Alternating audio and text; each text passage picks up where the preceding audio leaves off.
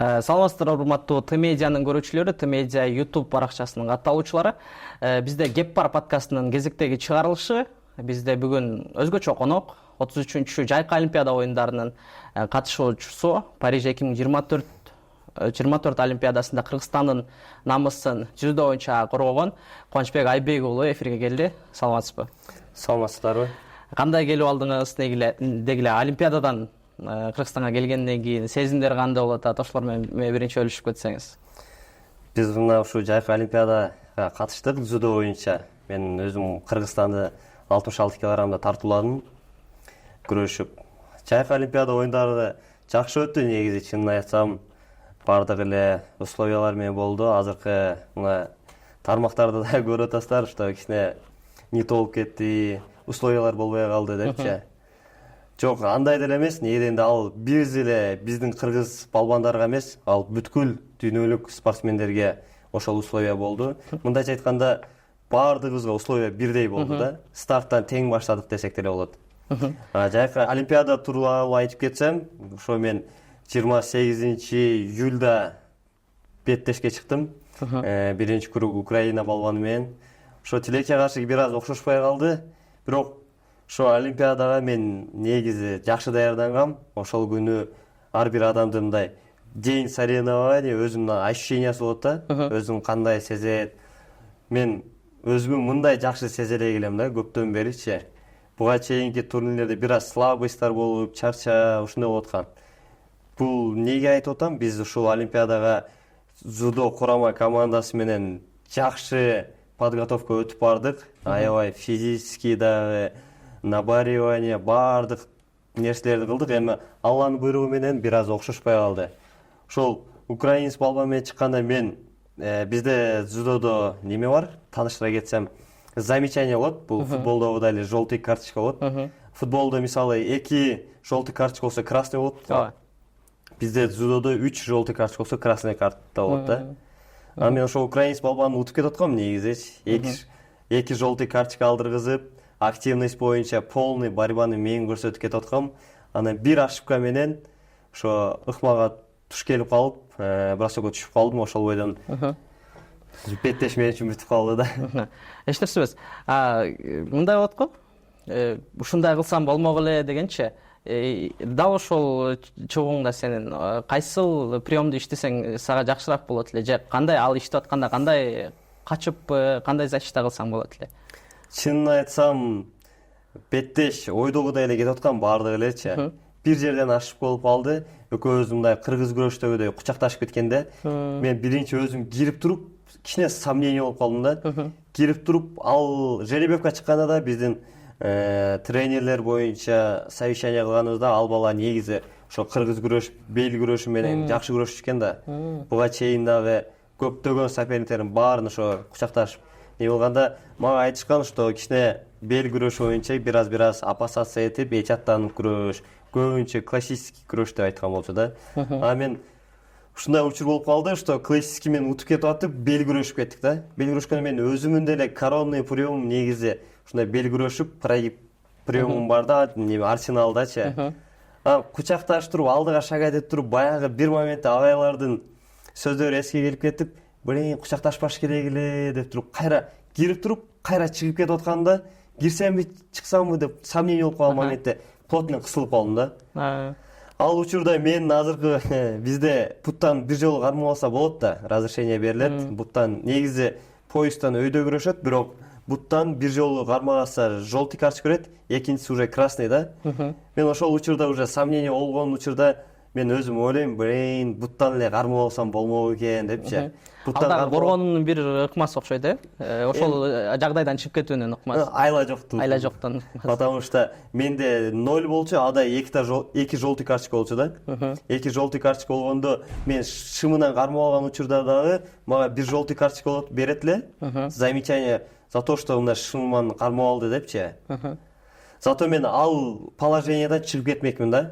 Ошондо чыгып кеткен учурда да биздин борьбабыз дагы продолжаться этип, менде бир желтый карточка, анда 2 желтый карточка менен по-любому преимущество менде болмок да.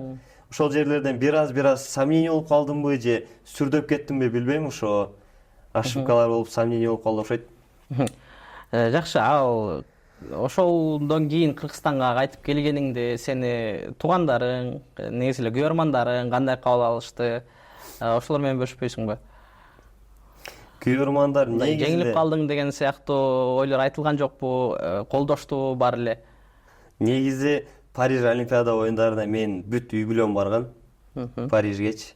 Ошол жерде ата энем менен күрөшүп атканда болеть этип, неме кылып отурган. Конечно, утулуп калганда бир аз утулуп калды деп үмүттөрү чоң болчу, потому что утатып эле балбан болчу. Мен мына 2023-жылы Тбилисиде Гранд Слам турниру өтөт. Бул Гранд Слам силер түшүнүшүңөр үчүн айтып кетейин. Бул чемпионат мирадан кийинки турнир Большой шлем деп. Ошол жерден мен алтын медаль алып келдим. Кыргызстаныбыз үчүн тарыхта биринчи жолку болгон алтын. Буга чейин только экинчи, үчүнчү место болуп, алтын медаль жок болчу ал турнирден. Ошондо мен биринчи местон алганда, мына украинец балбаны үчүнчү местон алган. Награжденияда мен биринчи, үчүнчү болуп турганбыз да. Эми спорт экен. Ооба. Баягы айтат го, күч атасын тааныбайт деп кыргыздардачы. Ошо ким мындай ыңгайлуу ыкма келип калса, ошол приемга түшүп калат экенсиң. Эми ата энең жөнүндө айта кетсем, мындай тааныштарым жөнүндө айта кетсем, конечно, ошо неме болушту, кичине разочароваться этилишти, потому что мен утуп кетип аткан жерден утулуп калдым. Ата энем албетте мени постоянно эле колдойт. Мен утулуп калганда деле эми бул Алланын буйругу, насип этпептир, значит, деп эле коюшту. Бирок эртеси күндөрү мен утуп койсом болот эле деп, конечно, үмүттөнүштү, потому что бул Олимпиада, бул спорттун эң чокусу десе болот, эң бийиги. Ал жерден утсаң, бул Кыргызстан үчүн сен тарых жараткан адамдардын бирине киресиң десем болот. Андан кийин негизи эле өзүбүздүн мамлекет жактан айта кетсем, биз аэропорттон келгенде мен чындыгында антип ойлогон эмесмин. Биз учуп келгенде дагы ал жерде мен, Денис Петрашов жана тренерский делегация учуп келгенбиз. Учуп келгенде дагы аэропорттон силердин Олимпиадага катышканыңардын өзү чоң жеңиш, ушундай 7 миллион калктын арасынан 16 спортсмен тандалып чыгышта, бул да өзүнчө кыйынчылык деп, Кыргыз мамлекетинен бизди гүлдөр менен торжественно тосуп алышты, интервьюларды берип. Эми жалпы айта кетсем, түшүнгөндөр да болду, түшүнбөгөндөр да болот да. Жакшы. Негизи эле бул жолку Олимпиада өтө сенсацияга бай болду десек болот да, себеби буга чейин эң күчтүү деген балбандар деле жеңилип калып атышты, жаңы чыгып аткандардан. Сен оюңча, дал ушул сен машыккан спорт дзюдодогу эң күчтүү ошол турнирде ким болду? Анан негизи эле дзюдодо кимди мындай кумир же алдыда ушул спортчудай болсом деп ойлойсуң? Дзюдодон айта кетсем, ар бир весовой категориянын өзүнүн жылдыздары бар. Бирок Олимпиада ушундай нерсе, ал жерде жылдыз деген нерсе жок да. Потому что буга чейин олимпийский чемпион, чемпион мира деп туруп, сен выделяться этесиң. Бизде мындай кимоно болот да. Кимононун артынан нашивка тигилет, сен фамилия имяң менен. Фамилия имяң менен тигилгенде олимпийский чемпиондуку буквалары золотой нашивка менен. Чемпионат мираны уткандыкы красный нашивка менен. Башкаларыныкы көк эле нашивка менен болот, обычно эле. Олимпиадада баардыгы барып, ошол нашивкаларын чечет. Баардыгы мындайча айтканда жаңы ступенькадан баштайт да, жаңы титулду зарабатывать этет. Ошол кезде барып баардыгы нашивка чечип, олимпийский нашивканы тагышат. Ал жерде уже баардыгы бирдей. Бул жерде не только нашивкадан зависит, Олимпиада оюндарына баардыгы абдан күчтүү даярданып барышат. Не деген сборлорду, не деген нерселерди алып барат. Бул инсан да, адам баласы. Мисалы, дзюдодон бир эле 4 балга түшүп кала турган болсоң, сен уже болду, карьераң бүттү да. Белиң менен түшүп калсаңчы. Даже адам күрөшүп кетип атса, канчалык чемпион болсоң дагы, бир новичок деп деле айтса болбойт, потому что ал Олимпиадага жөнөкөй адам барбайт. Мисалы, 7 миллиард адамдын ичинен топ 32 барганда, бул не деген нерсе? 7 миллиард адамдын ичинен 32 мамлекеттин өзүнүн ишенген балбандары барат да. Ал даже физически да, технически да уступать этип атып, чочуп кетип атып эле бир мындай подсекать этип буту менен эме кылса, сен тайгаланып эле түшүп, чистыйга түшүп утулуп калыш мүмкүн да, карьераң бүтүп калыш мүмкүн. Ошондуктан Олимпиада оюндарында көп деген спортсмендер утулат. темный лошадка деп коюшат, темный лошадка. Мен силерге бирден өзүмдүн мнениямды айта кетейин, неге Олимпиада оюндарында көп фавориттер утулуп калат. Потому что ошол фавориттер буга чейинки турнирде баардыгы доминировать этип келет да. Олимпиада не только физически, технически, но и психологически, да. Потому что постоянно утуп келип олимпийский чемпион деп өзүнүн мамлекети ошол адамды үмүттөнүп, ошол адамдын желкелерине жүктү илип коет да. Анан кийин ошол олимпийский чемпион, ошол весовой, ар бир весовой категориянын фавориттери ошол кездерде бир күн мурун мындай ответственность чувствовать этишет да. Менен ушунча элим карап турат, мен олимпийский чемпионмун, эгерде мен утулуп кала турган болсом, бул уят деп туруп өзүн өзү морально жеп таштайт. Беркиндей адамдар бар, баягы результат көрсөтпөй келген балдарчы. Алар было не было деп туруп кокейс күрөшөт. Но бардыгы психологически, технически, физически даярданып баргандыктан ал жерде эч кимди сен фаворит катары көрбөшүң керек да. Потому что бирөөнү кумир же фаворит кылып тута турган болсоң, сен эч качан утпайсың. Качанга чейин ошол өзүң менен өзүм сүйлөшүп этим, мен качанга чейин бирөөлөрдү кумир тутуп жүрө берем. Анан кийин башкалар результат көрсөтүп, мен ушинтип эле поклонник болуп жүрө берем деп туруп, сен дагы өзүң дагы алайсың, чтобы сени дагы кумир тутуп, сен ошол в числе лучших болушту аракеттенесиң да. Ошондуктан бардыгын утуп койсо болот Олимпиада оюндарында. Бул Олимпиада оюндары ошо утулуп калсам дагы 4 жыл күтөм. Мисалы чемпионат мира каждый год болот да. Олимпиада оюндарына эгер утулуп кала турган болсом, мен дагы 4 жыл күтөм деп атып эле адамдын баардыгы психологически өздөрүн жеп ташташат, өзүнүн груз илип алат. Потому что көп спортсмендерге, баягы фавориттерге особенно кыйын болот өзүнүн немесин защищать этиш. Честинчи. Да, ушул психологдор боюнча айтып калың, бизде социалдык тармактарда мындай талкуу жаралып кетти, бизде психологдор жок экен, диетологдор жок экен дегенчи. Негизи эле ушул Олимпиадага кетип атканда психологдор менен кандай иштешесиңер, спортчулар, психологдун кароосунан өтөсүңөрбү же өзүңөр менен өзүңөр отуруп алып, бир ойлонуп, бир башкача даярданасыңарбы? Кантип даярданасыңар? Ошол мээдеги чабуулду кантип коргоносуңар? Эми чынын айта кетсем, бизде врачтарыбыз бар, массажисттерибиз бар, бирок психологторубуз вообще жок да. Керек деп ойлойсуңбу? Албетте керек. Потому что психологдун дагы эптеп эле баягы бир училищаны же мындай эле опыты жок адамды да бүткөн эле психологду алып келип койгон болбойт да. Потому что беркиндей психологдор бар, мындай обычный адамдар менен сүйлөшкөнчү. Спортивный психолог деп бөлүнөт да. Спортивный психологдун дагы мындай күчтүүсү керек, опыты күчтүүсү керек. Потому что он или она должна подстраиваться под спортсмена, да. Потому что мындай учурлар болот, мен иногда вес кууп каласың да. Спортсмендер көп эле 6-7 килограмм вес куйт. Ошол кездерде баягы жаныңдагы адамдар же тренерлер же баягы психолог деле иногда перебарщивать этип көп сүйлөй берсе, сен уже жактырбай каласың да. Потому что курсагың ач, өзүң шалдырап турсаң, баягы адам көп эле сүйлөй берсечи, жакпай баштайт да. Ошон үчүн муну неге айтып атам? Опыты бар психолог кайсыл моментте кандай сүйлөш керек, кайсыл моментте коротко, ясно түшүндүрөт. Ошондой полный опытный психологдорду алып келиш керек. Потому что мына недавно эле биз Олимпиададан келгенде конференция болду, олимпийцтер боюнча. Биздин аттарын айтпай эле коеюн, биздин спортсмендер деле айтып атат. Бираз психологически өзүбүздү ответственность чувствовать этип, кичине күйүп кеттик окшойт депчи. Ошол неден? Бул психолог жетишпегендиктен да.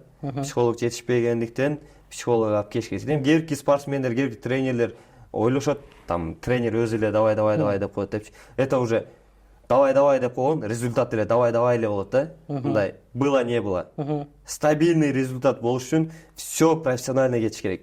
Потому что психолог, диетолог, спортивный врач, массажист, бизде азыркы учурда Кудайга шүгүр врачтарыбыз опытный эле, массажисттерибиз да опытный.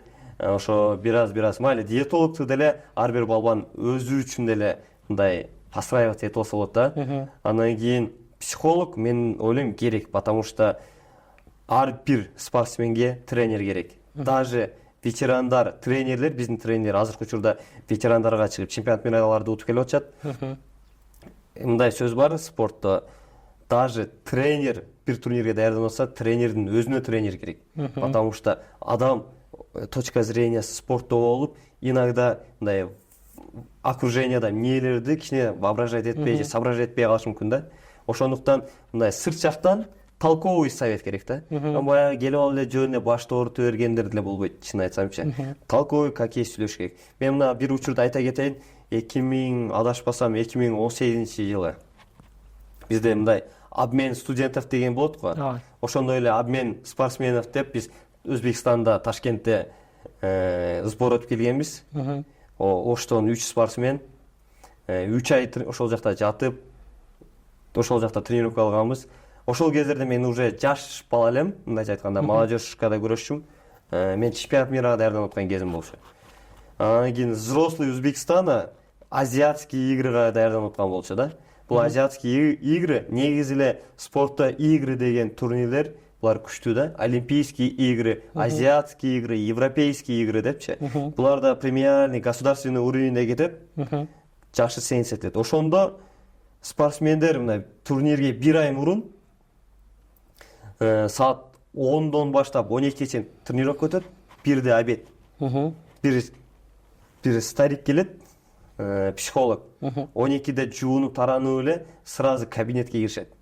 Кабинетке кирип 12ден 1ге чейин неме өтүшөт. Психологиядан сабак өтүшөт.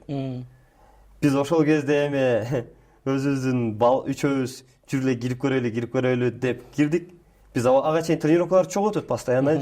Тренировкалар чок өтөт. Бирок ошо кабинетине киргенибизде бизди киргизбей койду да. Эми бул уже секретный болупчу.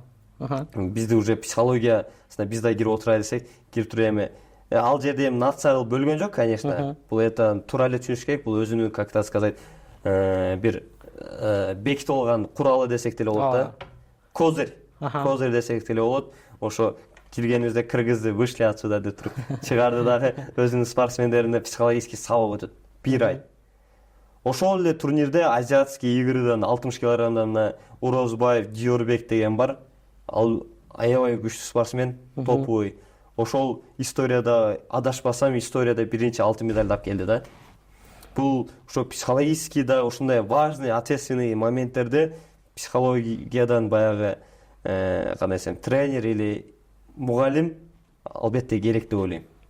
Ал бир эле ошол жеңишке жете элеген эмес, кокус утулуп калган учурда деле керекет болуш керек, э? Ооба, утулуп калган учурда дагы мисалы мына особенно олимпиададан кийин көп спортсмен баягы 4 жыл даярданып, көп менет кылып келип турган ошол жерде мага окшоп сен келечегиң алдыда азыр. Дагы чыгасың. Жок, ооба, мен мага окшоп эми биринчи круг утулуп калса, мен эми азыркы учурда жашмын, кээинки спортсмендер бар да 28-32ге чыгып калгандарчы. Анан кийин өзүңөр көрүп атпайсыңар, мына 45 жашка чейин продолжать эткендер болуп атат. Спорттончу. Анан ошол кездерде баягы олимпиадага ушунча даярданып келип туруп, биринчи круг же экинчи круг утулуп калган кездерде көп спортсмен болду, токтотом карьерамы, тиричилик кылам деген кездерде ошо бир какой-то бир совет келип, аккуратно ошону түшүнүп, совет бериш керек. Анан бир күн эле көрүп алып деп келген совет бергендер көп болот. Аябайчы. Именно постоянно иштеп, ошол адам мененчи, иштешип, чогуу болуп, ошол адам, ар бир адамдын өзүнүн характери болот да. Ар бир адамга мындай по-особенному подход кылган постоянный мугалим керек деп ойлойм да. Себеби спортсмен ошол утулуп калганда жанагындай черная дыра деп коет го, ошондойго түшүп кетиши мүмкүн, депрессия болуп кетиши мүмкүн. Ошол жерде психолог чыгарат деген ойду айткым келип атат да. Сен ушундай учурларда кантип күрөшөсүң? Кокус утулуп калган учурларыңда эмне менен жеңесиң өзүң абалыңа? Мен негизи үй бүлөм деле туура эле түшүнөт. Бир дагы ушуга чейин көп турнирлерди уттурдум, бирок бир дагы утулганымда, мындай кылганда бир дагы мындай иштек, всегда эле иштек болбойт деп коюшат. Иштек болбойт, Аллах насип эткени болот. Бул дин тараптан дагы абдан неме болот, Аллага шүгүр деп, любом положении альхамдулилля деш керек депчи.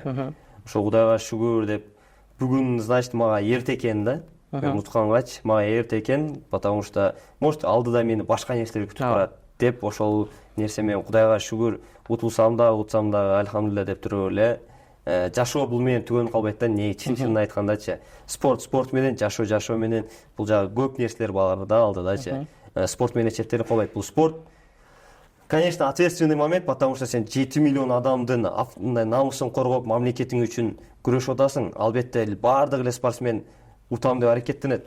Ал жерге барып утулуп, уят болом, ушунча жыл неме кылам деп кылбайт. Эми айла жоктон насип этпей калса, уже өзүңө кейип жей бергенден дагы туура эмес деп ойлойм да, потому что в свое время кыла турган жерде кылыш керек болчу. Эгерде кыла албадыңбы, сомневаться этпешиң керек да, болду, унутушуң керек. Сон. Эми жеке өзүңө өтсөк да, кайсыл жерде туулдуң, бала чагың жөнүндө сүйлөшөлү. Негизи эле кандай чөйрөдө өстүң?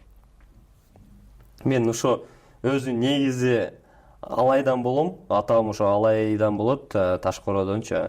Мен өзүм Ош шаарында туулуп өскөм. 5 бир тууганмын. 2 эжем, 1 сестренка, 1 братишкам бар. Ошо мен жаштыгым чынчына келгенде ошо эстеген моменттерим айтайын, көп нерселерди унутуп калдым чынын айткандачы. Бирок эми жаштыгым жакшы эле өттү деп ойлойм. Баардык эле условиялар менен болду. Эч кандай мындай кандай десем, жилет этип, өкүнүү туугандай эмес да. Баардык эле алхамдулилля жакшы өттү. Ата энем дагы мени аябай колдоду да. Бир да немеге иште акча таап деп заставить эткен жок. Ушул убакытка чейин делечи, мен азыр мындай быйыл 24-кө чыгам күзүндө. Ушул убакытка чейин деле иштеп акча таппайсыңбы, андай мындай деген сөздөр, негативный сөздөр болгон жок. Постоянно эле атам всегда айтат: балам, типа, сени мына спорттон и мындай башка нерселерден освободить этип атам. Ушу спортко бердик сени. Өзүңө спортко арна депчи. Спортко арна, аягына чык. Любой ишти баштагандан кийин таштабай до конца чык деп. Потому что сен ушунча жыл менет кылдың, 15 жылдан көп менет кылдым мен. Почти 4-5 класстан бери эле бар 15 жылдан даже көбүрөөк. Ушу атам өзү негизи физкультурныйды бүтүп спортту жакшы көрөт.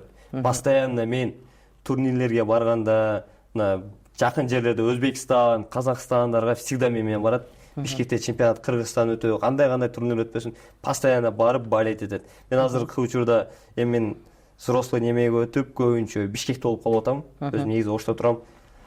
Бишкекте из-за того, что постоянно поездкалар, сборлор болгон үчүн Бишкекте болгон үчүн азыр кичине келе албай калды. Азыркы учурда мен братишкам 9-га чыкты, ошол менен заниматься этип атат. Мен деле өзүм жөнүндө айта кетсем, мен 1-класста эле мага аябай поддержка берчү да, мотивация берчү. Мисалы 100 отжимания кылсаң, сага бир ойынчук алып берем, же велосипед алып берем деп мындай поддержка болчу. Постоянно на вырос өскөндө, мындай бүгүн 20 кылсаң, эртең 30 кылсаң, мындай алып берем, же андай алып берем деп постоянно мотивация болчу. Өзү аябай түшүнгөн, спортту түшүнгөн киши, анан апам дагы поддержкалат, постоянно утуп келет. Бирок мен сходкаларым вообще көрбөйт да, переживать этет, же экен по-любому ошо жумшак болуп переживать этет экен. Анан утканга чейин, күрөшкөнгө чейин давай ийгилик деп батасын берет, уткандан кийин дагы өзүнүн сөздөрүн айтат, утулуп калсам эчтеке болбойт. Бул даражага даже жетпеген канча адамдар жүрөт. Кыргызстандан эле чыкпаган канча адамдар жүрөт деп всегда поддержка берген үчүн мен де андай эле бай утулуп калсам деле өзүм кейип жей бербейм да. Өзүм мындай неме болот, кейисем кейген толк жок да, мындай эле ойлонгондочу. Кыла турган жерде кыла албадыңбы? Кейбе да. Кыла турган жерде кылыш керек. Эгерде кыла албадың, болду, уже Кудайга шүгүр, ушунчалык насип этпептир. Бир күнү дагы аракеттенем деп. Эми, конечно, таштап койбош керек, бирок дальше аракеттениш керек да. Усиленно кылыш керек. Кандай ошибкалар болсо, ошибкаларды оңдоп аракеттениш керек. Анан жөн эле өзүң кейип эле жей бергенде толк жок, убакыт артка кайтпайт. Демек, спортчуга ата эненин деле маани берүүсү маанилүү экен да? Ата эненин ролу маанилүү экен да? Албетте, аябай эле маанилүү, потому что мен жаңы спортту баштаган кездерде аябай талантливый балдар бар болчу да. Талантливый балдар бар болчу, көп күчтүү балдар, мен жөн утуп кое турган балдар бар болчу. Бир кездерде мына Оштогу турнирлерде жаштык кездерде 12-0 утуп койгон балдар болгон да. Мен 12-0 утуп коюшкан. Ошолор эми билбейм кандай, ар кимдин ситуациясы ар түрлүү, бирок мындай со стороны караганда өздөрүнүн сүйлөгөн сөздөрү менен неме чыгарсаң, ошо кичине чыгарсаң, неме кылып чыгарсаң, ошо бир аз иштебейсиңби, спорттон чыкпайт деп койгон кезде бала ита өзү ойлонот, мындай переходный возраст болот го ар бир адамдачы, иштесемби же спорт кылсамбы депчи. Ошол кездерде ата эне ошентип койсо, бала таштап коет да. Көп күчтүү балдар ошентип таштап кетти да. Анан эгерде давай балам бул жанагы кыжалат болбой делай до конца тапить этиш керек десе, анда уже алдыга аттанып дагы аракеттенет да. Потому что спортсмен деле мындайча айтканда жаш баладай окуп атат да. Потому что профессиональный спортто все должно идти идеально да. Бир аз бирдеке неме болсун сен, потому что ошол моменттерде турнирлерге даярданып атканда өзүң кичине депрессияда болосуң, кичине психологический волнение болуп аткан кезде баягы мындай психический кичине немерак болуп каласың да. Мен өзүм жөнүндө айта кетейин, мен ошо кичине немерак раздражен болуп калдым да. Анан ошол кездерде баягы адамдар менен көп сүйлөшкүм келбей калат.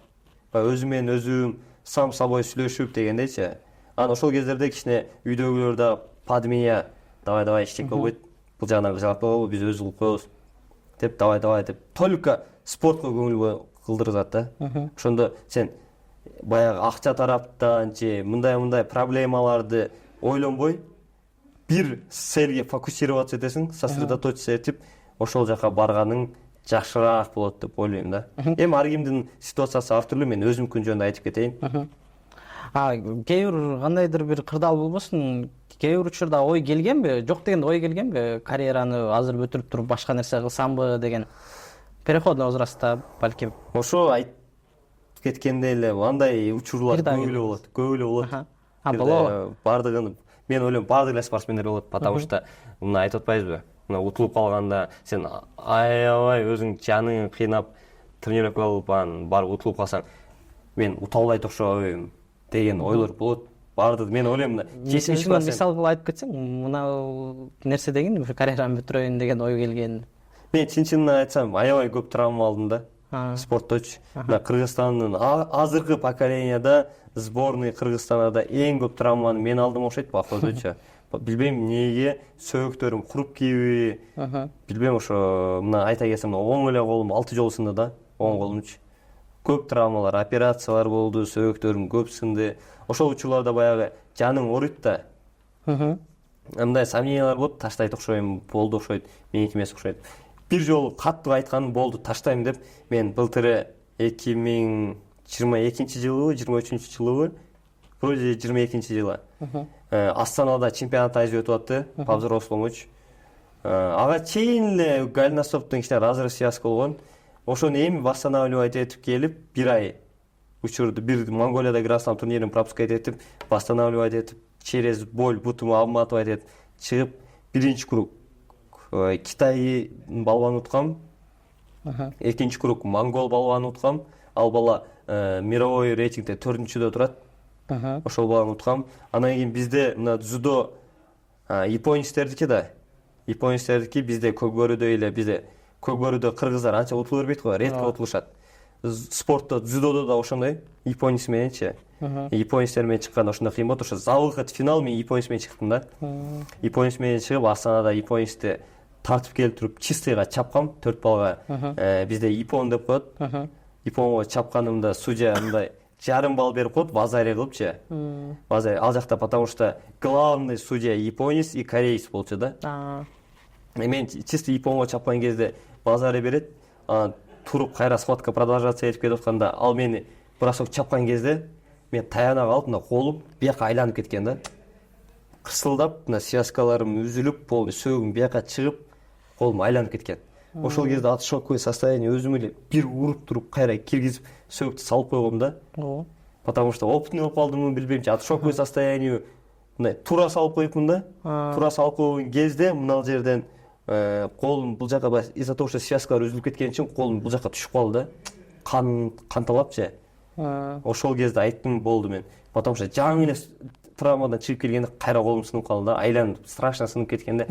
Мен бир спорттогу Асат деген досум бар. Биз постоянно ошо командабызда Асат, Эрлан деген үчөөбүз азыркы учурда ошо олимпиадага претендент болуп чогуу даярдандык турнирлергечи. Тилекке каршы ошо Асат деген досу 81 килограммда балбан бир аз лицензияга жетишпей калды. Шериф Эрлан экөөбүз бардык. Анан ошондо Асат жанында болчу. Жанында болуп, анан кийин алар постоянно жанында. ошондо мен Асатка неме кылып температура чыгып кетти да ужечи. Калчылдап титиреп атам, колдорум неме. Досум болду, мен спорт бүтүрдүм окшойт. Мен үчүн болду окшойт, уже жаным кыйналып кетти. Туда-сюда деген ал айткан жиндүү болбойчу, алдыда көп нерселер күтүп турат депчи. Анан ошол кезде эртеси күнү ошол досум күрөшүш керек болчу. Анан Шериф Эрлан менен больницага барат. Мени алып барып келгенден кийин тияктан бул жакта түшүп калды дедимби? Чоң 10 шприц бар го. 10 шприцтен 12 жолу 12 шприц кан алган да. Колум түшүп калыпчы. Колум түшүп калып, жерде мына бул жакка чейин түшүп калат, көк, мындай кылсаң кирип чыгат. 12 шприц кан алып да. Кан алып, температура ошентип, анан 7 айга кайра отдыхка кеттим да. 7 айга отдыхка кетип, анан 7 айдан кийин спортко кайтып келип, анан баягы айтпадымбы, Тбилисиде биринчи алтын медаль алып келдим депчи. Ошондо анан спорттон кайтып келип, заканчивать этип келгенден кийин Тбилисиде Гранд Слам турниринде биринчи алтын медаль алып келдим. Ага чейин Ташкентте жакшы күрөшүп келип атып утулуп калганда биздин главный тренер Юнус Абджалил айтты, типа, у тебя все получится, давай до конца. Бир аз калды деп. Ошондон кийин бир айдан кийин мен Тбилисиден алтын медаль алып келдим Кыргызстанга. Сон бир жактан жаның ооруп атат, бир жактан бул жактагы таза чапканыңды көрүп адилетсиздик болуп атканда дагы бир ичиң ачышыптыр да ошондо. Анан кийин ушунча мээнет кылдым, спортко кайтайын, менен үмүттөнгөн адамдар көп. Мен биринчи очередь ата-энем мени ушу спортко ушунча кылгандан кийин алардын мен мээнетин акташым керек деген сөздөр да мотивация болуп кайтып келдим десем болот. Анан эми ал учурда баягы адамдын жини келип турган немеде эмоцияда ушундай сөздөрдү айтып коюшум мүмкүн экен да. Кандай мектепте окудуң? Мен биринчи класстан баштап 4-класска чейин ар жылы ар мектепте окудум. Биринчи класста ВЛКСында окудум. Кийин мен ошо Черемушкада жашачумун. Биринчи класста. Кийин Фуркатка көчүп келип, экинчи класста Түрк лицейде окудум Сибатта. Анан бир аз алыс болуп калды, же ал кезде эмне болду билбейм. Ошо 3-класста из-за того, что Фуркатта биз стройка кылып атканыбызда, мына ошол жерде жакын жерде кыргыз мектепке окуп калдым кайрачы. Орус мектеп, турецкий, кайра кыргыз мектепке окуп, анан кийин уже 4-класста мына Сергей Миронович Киров мектебине келгем. Ошо 4-класстан баштап 11-класска чейин ошол мектепти бүтүрдүм. Жашоо шартына байланыштуу эле ар кайсы мектепте окупсуң да? Ар жакта. Кээ бир балдар болот го, мындай шоктугуна байланыштуу мектептен айдалып кетип, сен мектепте кандай элең, шок белең? Мен негизи эле мына спортто ошо 4-3-класстан бери болгон үчүн мектепте деле көп болбодум да, чынын айтсамчы. Постоянно спорт жөнүндө ойлоп, спортсмен, профессиональный спортто болуш үчүн мен ойлойм, мына бизде азыр 16 спортсмен ким? Акжол Махмудов, Жоламан, да көптөгөн спортсмендер, мен ойлойм, что ушул даражага жетиш үчүн өздөрүнө көп нерседен отказ беришти да. Потому что мен деле өзүм жөнүндө айта келсем, шок болгондо, шок деле болгон эмес, мен дисциплинированный эле бала болчумун. Дисциплинированный эле бала, потому что сабак барам. Сабактан кийин атамдын ишине барам, 4-класс кичинекей баласың да. Атамдын офисине барып, офисинен курсакты тойгозосуң, курсак тойгоз берет, дальше спортко кетесиң. Болду, күнүмкү жашоом только ошондой өтөт. Сабак, обедтен кийин курсак тойгозмой, залга бармай уктабай саат 10-да. Ошол жаш кездерде ошондой саат 10-да эле уктап калчумун, кийин с возрастом уже кичине нары нерселер болуп эми ар түрлүү болуп калды. Анан кийин баягы спортто жертва арасында профессиональный спортсмен болом десеңчи, потому что мисалы мектептерде оюндар болуп калат, конкурстар болуп калат, ошондой нерселерден отказ кыласың. Үй бүлөң менен, соседтериң менен да баягы Ноорузда сүмөлөктөр болгон кездерде баягы 4-5-класс сен эми оюнга кызыгасың да. Спортто андай эле түшүнбөйсүң маанисиничи. Из-за того, что атам мындай дисциплина кылып неме кылгандыгы үчүн спортко бар деген үчүн балдардын баардыгы ойноп аткан кезде, обедтерде, например, 3-4-төрдө оюн кызып аткан кез болот да, сүмөлөк болуп аткан болот. Ошол кездерде мен тренировкага жөнөтүшү да. Бу тренировкага барбай балдар менен ойногум келет да. Анан ошентип көп нерседен отказ кылып, ушундай көп оюндардан отказ кылдык да, чын айтсамчы. Көп нерсе. Анан уже сен кечинде келесиң, 4-тө кетип кетет, жол полдор менен 6-7-де келсең оюндар бүтүп калган болот. Баары үйүнө кирген болот. Үйүнө кирген болот. Ошентип жаштыктын көбү эле ошо спортко арналды го дейм. Потому что уже взрослый жака кеткенде азыркы учурда деле ошол нерсе кичине продолжаться этет, потому что олимпийский спортсмен болуп биздин өлкө башчылар, баардык 7 миллион эл карап туруп сага ответственность илинген кезде сен уже не только өзүң үчүн ответственныйсың, сен бүткүл мына Кыргызстандын ответственностин, Кыргызстандын намысын, Кыргызстан желегин көтөрөм деп мойнуңа алып ошол нерсеге макул болгондуктан көп той учурлар болуп калат. Туугандарың, досторуң үйлөнгөн кездерде көп жерлерден отказ кыласың да. Көп тойлордон отказ кылып, кой, мен мына дисциплинага кармашым керек, мына сбордо болушум керек, мына турнирге даярданышым керек деп көп оюндардан каласың. Эми бул эмне демекчимин? Бул профессиональный спортсмен болуш үчүн деле мындай кичине жертвага барсаң, жаныңы кыйнасаң, результат келет да. Не только спортто, любой эле тармакта. Баягы бизнесте деле, кандай сферада болбосун, биринчи кыйын болот го. Өзүңө көңүл буруп, баягы иштин майын чыгарып деп коет го. Майын чыгарып, менет кылбасаң, неме келбейт да. Иштесең иштейсиң дегендей эле. Любой сферада аракет кылсаң, ошо мен эми бул жашоомо мындайча айтканда нааразычылык көрсөтүп алып айтам. Просто мындай болгон сфераны айтып берип атам да. Жашоомдо кандай өттү жаштык кездер. Ушу көп оюндардан отдаляться этип, неме кылып спортко барчумун. Оюндардан неме кылып. Чыныгы спортчуга демек бул керек сөзсүз. Мен ойлойм, керек деп ойлойм. Может, эми керекli адамдар бар. Бизде деле кезиккен, баягы тренировка деле кылбайт. Ойноп жүрүп эле анба турнирге чыкса жакшы көрүшүп коет. Себеби менин учурумда ошондой болду да. Болгон да. Менин учурумда мен ушу дисциплина менен походу өстүм го деп ойлойм да. Потому что менин да күчтүү спортсмен балдар бар болчу. Мен утулуп жүрүп ошо дисциплина, норма, көп нерселерден отказывать этип, ошолорду кууп жетип, даже кичине бир аз ашып кеткендигимдиктен Кыргызстанда азыр ошо один из первых номеров своей весовой категории болдум да, деп ойлойм. Сон. Кийин кайсыл жактарга окудуң? Университетте каякта окудуң? Ошолор боюнча да айтып кетсең. Ошо мен университетте мына ОШГУда окудум, мамлекеттик государственный университетте. Спортко байланыштуу бир аз эле окуп туруп кийин заочный кылып койдум да. Потому что окууга келишиң керек, посещаемость болуш керек. А мен уже взрослый немеде лицензия чогултушум керек олимпиадага. Постоянно Бишкекте болушум керек. А мен окуу жайым Ошто.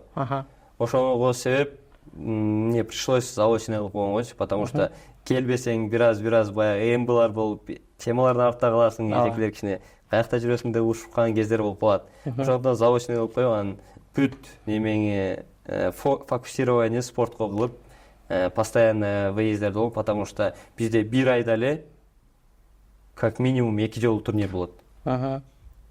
12 айда 24 турнир болуп калат почти. Жок, 24 десем деле, мисалы 12 айда, например, 15-16 турнир болот да. А сен постоянно баягы бир жума барып адаптироваться этишиң керек. Перелеттер бар. Ошолордун полный кылганда эле уже убакыт болуп, сабакка убакыт жок болуп калат да. Аны эми, конечно, баягы спорт билеги бар бирди жеңет, билими бар миңди жеңет дегенде сен өзүңчө да самостоятельно развиваться этип, аракеттенишиң керек. Аракеттенип анан кийин мисалы көп баягы өзүңдө окружениеңдагы баягы чөйрөңдө дагы акылдуу адамдар менен общение, мындай сүйлөшүп, общение кармап, неме кылсаң, сен өсөсүң да.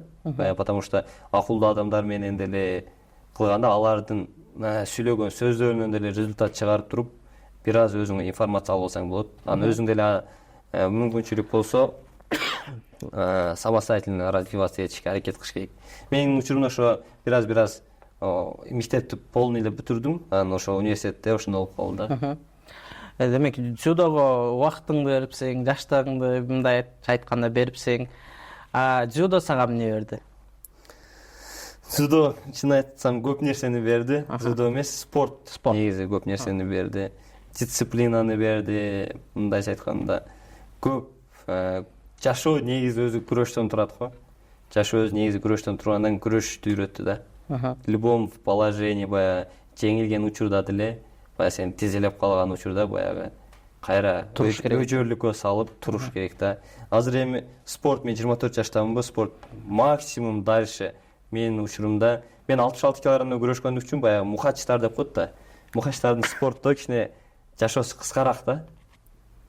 Мындайча айтканда, дүйнөнүн баягы стандартка салган кезде 66 килограммда адамдар көп да. Чем баягы 100 плюс 130 килограммда адамдар азыраак. алардын карьерасы көпкө созулат да.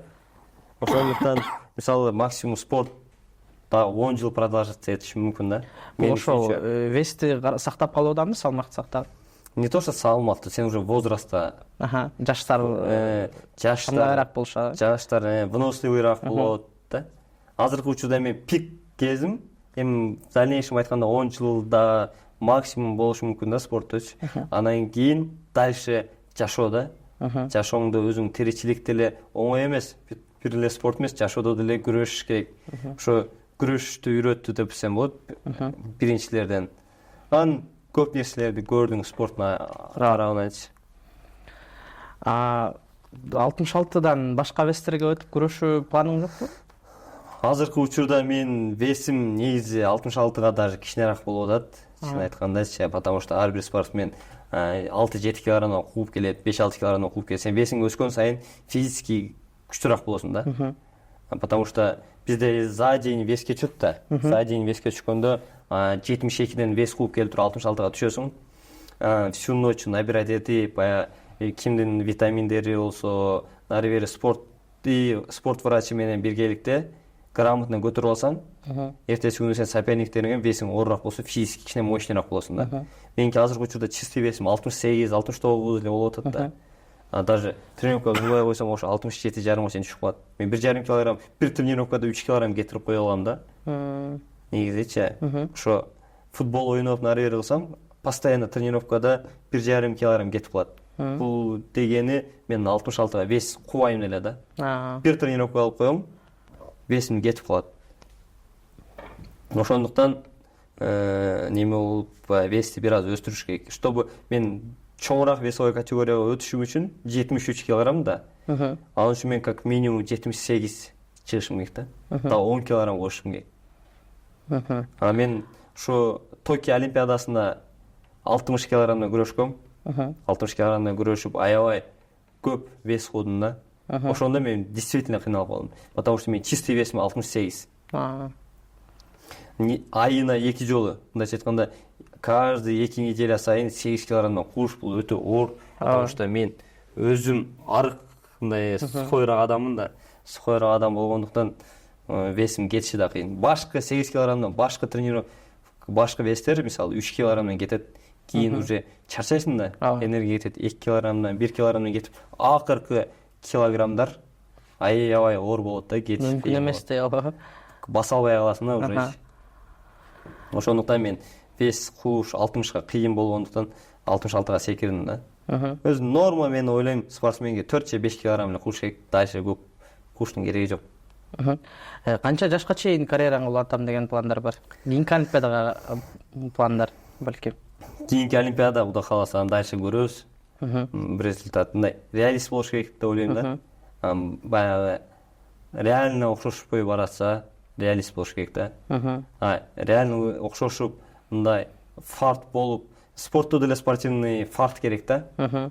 Ошолор болуп мындай спорттун окшошуп атса, почему бы и нет да, күрөшүп, сен мамлекетиңдин намысын коргоп, желегиң неме болсоң, бул не деген сыймык да. Дальнейшем көрөбүз, эми буюрса азыр мына Лос-Анджелеске даярданайлы. У нас олимпиада жакында эле бүттү, бир аз травмалары бар. Ошолорду какой-то период залечивать этип, анан дальше уже башташ керек тренировканы. Жакшы. Жалпы эле бош убактың болобу? Бош убактыңда эмне кыласың? Машыгуудан сырткаркы убактарыңда? Машыгуудан сырткары негизи чын айтканда ушу мындай окружающий менен, адам менен убакыт өткөзгөндү жакшы көрөм да. Досторум менен жолугуу. Досторум менен, үй бүлө менен, мындай посиделкаларды жактырам да, неге. Чын айткандачы. Бирок жанда клуб барларда эмес. Жок, баягы досторуң менен футбол ойнойсуң, чай ичесиң, баягы сүйлөшүп, общение кармап отурган. Потому что билбейм, негедир может жаш кезиңде баягы нерселерден кичине алыстап калган үчүнбү, билбейм. Ошондой нерселерди жактырам. Мисалы өзүм деле досторум жөнүндө айта кетсем, досторум баардыгы менен сыймыктанам да. Сыймыктанам, тойлордо бири-бирибизге аябай кызмат кылабыз. Мен неме биз бири-бирибизге баягы дос балдарыбыз менен кызмат кылып, нары бере алганда, башка туугандарым мага көп эле айтат да, досторуң молодец балдар экен, баардыгы стаканса турушат экен депчи. Көп эле бир 70-60% көп эле намаз окушат. Мындай түз жүргөн балдар, немебизде дагы боксер балдар бар. Спортчулар. Ошондуктан биз андай нерселерге намаз окуган үчүн да клубтарга барбайбыз.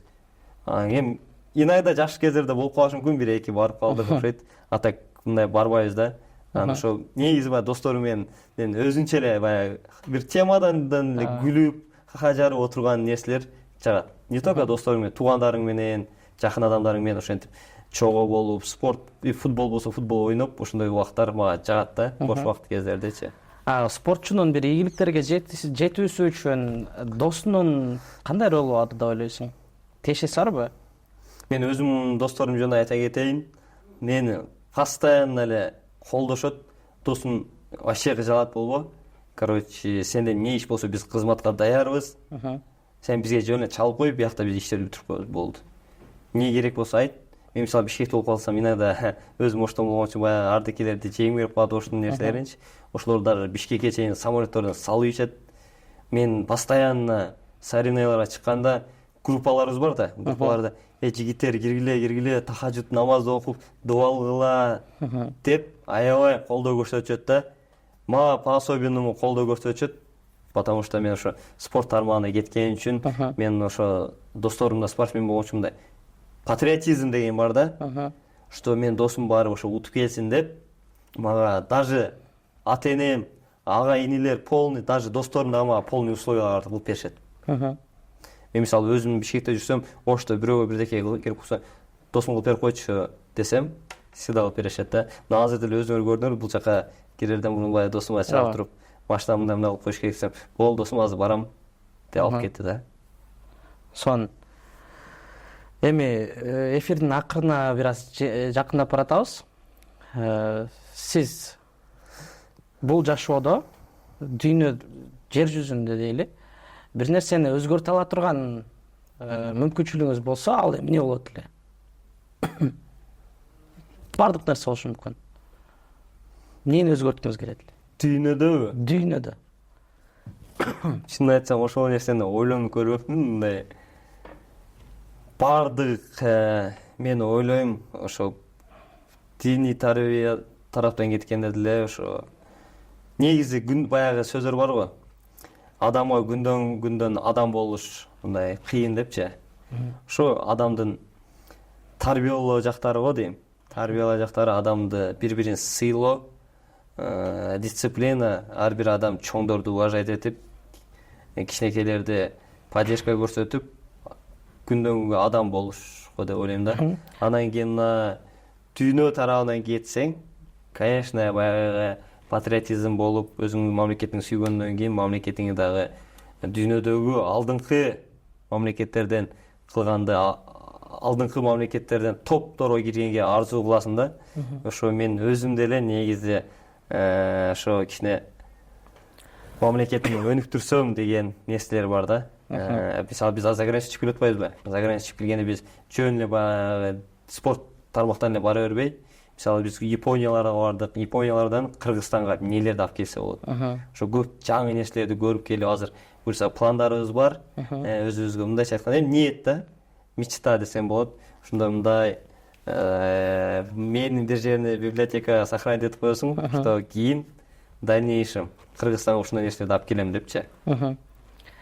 Кыргызстандагы дзюдонун абалычы эмнени өзгөртүш керек?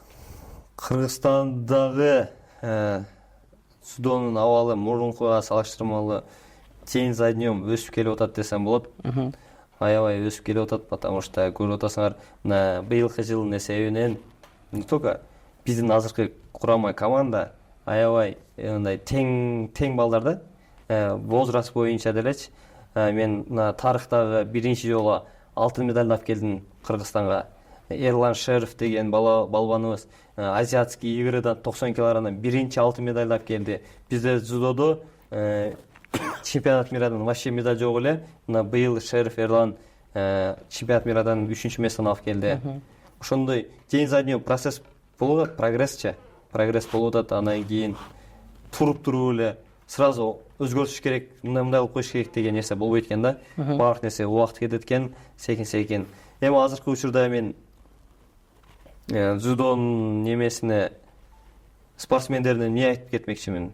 Талыкпай эмгек кылыш керек. День за днем тренировкалар мындай прогресстер болуп атат. Биздин президент федерация жактардан, өлкө башчы жактардан көрүп атсаңар, спортко көп маани бурулуп атат, потому что кече киргенде дагы 16 спортсменге аябай чоң мотивация кылды. Ал не только спортсмендерге мотивация да, ал будущий келечектеги балдарга инвестиция, Кыргызстандын келечегине инвестиция десе деле болот, потому что бизге берген сыйлыктары менен жаш өспүрүм балбандар өзүнө дагы дух алат. Эгерде мен Кыргызстандын желегин көтөрүп ушундай алтын медаль алып келе турган болсом, өлкө башчыларыбыз, кыргыз элибиз бизди ушундай сыйлап, бизге да ушундай берет экен деген аң сезим кирет дагы, спорт дагы өсөт. Жаштарыбыз дагы аракеттенишет. Потому что стимул болуп калды. Жаштарыбыз ошо спорттон деле көп нерсеңди өзүңө построить этип алсаң болот да. Не только неме, чын-чынына келгенде дүйнө жагында айта кетсең, өзүңө карьераңды деле биринчиден эл тааныйт. Сен мамлекеттин патриотизм болуп, патриот болосуң, мамлекетиңди сыйлап атасың да, мындай защищать этип ошол честин көтөрүп атасың да. Анан кийин эл тааныйт. Мамлекет тараптан да өзүбүздүн мына кыргыз элибиз дагы көп поддержкаларды берет да. Поддержкалар берген кездерде сен өзүңө даже спорт аркылуу дагы будущийңи построить этип алсаң болот. Ошо будущийңи построить эткен кезде дагы мен ойлойм баягы текебер болуп кетпеш керек, потому что кээ бирки адамдар бар, баягы звездный болезнь деп баарыбыз эле билебиз. Кээ бирки адамдар ошо мындай кичине катып, менде бар, сенде жок деген нерселер болсо, Алла таалам бир момент эле алып коет, бирдеке кылып элечи. Ошондуктан всегда жөнөкөй болуш керек. Спорт не только көп эле менде да учурлар болуп калды да. Баягы көчөдө аялдар же эжелер же спортты түшүнбөгөн ага инилер болсо, мен спортсмендер баягы кулагын сындырып алып эле бандит болот деп элестетишет да. Эми алар жөнүндө айтып кете албайм бирдеке деп, бирок профессиональный спортто профессиональный спортсмен всегда жөнөкөй жүрөт, дисциплинированный, агайлар өздөрү тарбиялайт. Бизде даже мына Жусупов Бакыт агайдын колунда өстүм. Мен неделясына мектепте 4-класста окуп жүргөндө каждый пятница дневниктерди алып келесиң. Сабакты жакшы окугула дейт да. Дневникте 1-2 болсо, скакалка менен бир жолу чабат. 2-2 болсо дагы чабат. Ошонун учурундай мындай не только күч, но и аң сезимдерди прокачивать этиш керек, что спортсмен ушундай күчү менен, баягы Хабиб Нурмагомедов айтып кеткенде, баягы эгерде акылы жок, күчү бар адам бул уже опасный адам дейт го. Обществого опасный адам. Потому что мындай спорттон неме болуп, бул опасный адам. Ошондуктан спортсмен всегда билегин дагы, аң сезимин дагы тарбиялаш керек. Сон биздин эфирдин эң бардык конокторго берилүүчү суроосу, шашпай ойлонуп жооп берсең болот. Бул жашоодо бир адамды көрүүгө мүмкүнчүлүгүң болсо, анын көзү өткөнбү, көзү тирүүбү, көрүүгө мүмкүнчүлүгүң болсо, ал ким болот эле? Бир адамдыбы? Эми ошол инсан менен көрүп, отуруп сүйлөшүүгө мүмкүнчүлүгүң болсо да. Биз алхамдулилlah, Кудайга шүгүр, биздин мен жакындарым бар эле ден соолуктары жакшы, тынч, Кудайга шүгүр. Мен ойлойт элем ушу биз баягы не только спорттон да, бул спортта, бул жашоодо калат, дүйнөдө бул жашоодо калат да. Эми пайгамбарыбыз менен деле ошо сүйлөшсөмбү, көрүп мындай кылсамбы депчи. Потому что мага интересно боло берет. Мен өзүм да ошо намаз окуйм, неме болом, неме кылып турам, дабаттарга чыгып турам иногда. Бирок баягы угасың, биз мусулман мамлекетпиз да. Мусулман мамлекет болгондон кийин да пайгамбар жөнүндө окуйсуң, угасың, бирок кандай адам экен, кандай пайгамбарыбыз кандай болгон экен деп мындай любопытство болот да. Мындай өзүң көргүң келет, өзүң көзүң менен да. Көрүп туруп болгону бир суроо бергени мүмкүнчүлүгүң бар да, бир гана суроо берип калганы. Эмне деп сурайт элең? Эмне деп суроо берет элең? Бул вопрос билбейм буга эмне деп жооп беришим. Чын айтканда Кыйын, кыйын бул вопросгочу, потому что чети өлчөп бир кесип шашпай вопрос сурайсың го дейм. Мухаммед пайгамбарыбыз эле ал деле пайгамбар да. Ошо бизге как мусулмандарга үлгү болуп, пример болуп келген да. Мындай образ болуп ошо көрсөтүп кеткен нерселери менен биз ошого пример кылып жашашыбыз керек. Жакшы. Эфирибиз жыйынтыкталып калды. Сага эркин микрофон сунат элем. Жалпы эле көрөрмандарга, балким кыргыз элине кайрылууң же айта турган ойлоруң болсо айтсаң болот. Ошо мен ыраазычылык билдирип кетмекчимин. Ошо бардык кыргыз элиме мына жайкы Олимпиада оюндарында мен өз көзүм менен көрдүм, что биздин өлкө биздин спортсмендердин бардыгын аябай колдоп атышты. Мен 25 июльда учуп кетип 1 августта уже Кыргызстанга келдим. Биздин грек карим күрөшүндө балбандарыбыз 1 августта учуп кетишти. Биз келгенде алар учуп кетишти. Ошол учурда грек каримде Акжол, мына Жоламан бардык спортчуларыбыз күрөшүп аткан кезде мен Ошто болчумун да. Ошто болгондо мен өзүм да мына фонтанга келип көрдүм. Ошо фонтанда мэрия тарабынан экрандар коюлду, мамлекет тарабынанчы. Ошондо элдердин ушундай баягы бири-бирине күйүп, колдоп, дуа кылып аткандарына мен аябай ыраазы болдум. Мага мындайча айтканда көзүм ачылып калды. В дальнейшем 2028 мен ойлойм результаттар вообще башкача болот. Албетте ушул даражага жеткирип неме кылган Алла Таалага шүгүр. Анан мен ушундай тарбиялап өстүргөн мен ата-энеме, мен үй бүлөмө, мен бардык досторума жана агайларыма ушул азыркы учурда мени аябай колдоп, мени тарбиялап, бардык условияларды ата-энем салып кылып берип атат азыркы учурдачы. Ошо ата-энем мамлекетибизге да чоң ыраазычылык, бардык мен бир тууган досторума чоң ыраазычылык билдирип кетмекчимин, потому что мен мындайча айтканда кичине эркелетип өстүрүп коюшту да. Бардык условияларды кылып, даже досторум дагы бирдеке айтсаң эч отказ кылбай болду, кылып коебуз дейт. Ата-энем да болду кылабыз деп эме кылышат. Ошо мен мындайча айтканда сөзүмө жерге калтырбай, чтобы мен результат көрсөтүшүм үчүн мага айтышат, сен элдин баласы болуп калдың уже депчи. Сенен бардык кыргыз эли күтүп атат. Буюрса жакшы эмгектене бер, балам, досум, иним депчи. Давай, сен эмгегиңди кыл, калган нерсени биз сага өзүбүз поддержка кылабыз деп. Бардык нерселерди ошо мага жеңип берди. Ошо мен буга чейин молодежкада, юношада жана взрослыйда көптөгөн результаттарды көрсөттүм. Ошол результаттардын бардыгы жана мына Олимпиадага барышымын себеби мен өзүмүн кылган менетим деп айтсам өтө уят деп ойлойм. Потому что мени ушул даражага чейин мындай келгендигимдин себеби мен бардык жакындарым, ата-энем, үй бүлөм,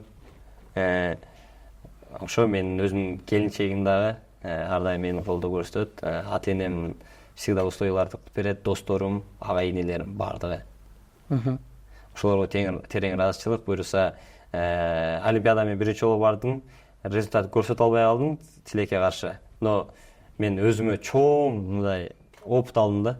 Опыт алып, көзүм ачылып калды десем болот. Буюрса 2028 мен ойлойм, буюрса баарыңыздар дуа кылып, биздин спортсмендерди колдоо көрсөтүп турсаңар, Кудай кааласа результаттар башкача болот. Быйыл алтын медаль болбой калды, мен ойлойм 2028 сөзсүз алтын медаль болот деп ойлойм.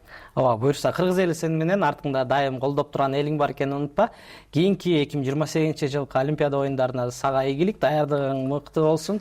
Башка турнирлерден дагы бийик болуп Кыргызстан желегин көтөрүп жүрөр. Эфирге келип берген үчүн ыраазычылык билдиребиз. Урматтуу Т-медианын көрүүчүлөрү, бүгүн бизде конокто кыргыз элинен мыкты спортчулардын бири дзюдочу Кубанычбек Айбек уулу болду. Эгерде сиздердин бул спортчуга карата ойлоруңуздар болсо, калуу тилектериңиздер болсо, албетте комментарийге жаза кетиңиздер. Ал эми кийинки эфирден кимди көргүңүздөр келет, сөзсүз түрдө бизге жазыңыздар. Сиздер менен Кеп бар подкастынын бул жолку чыгарылышында мен Улукбек Салиулу жана Кубанычбек Айбек уулу болдук.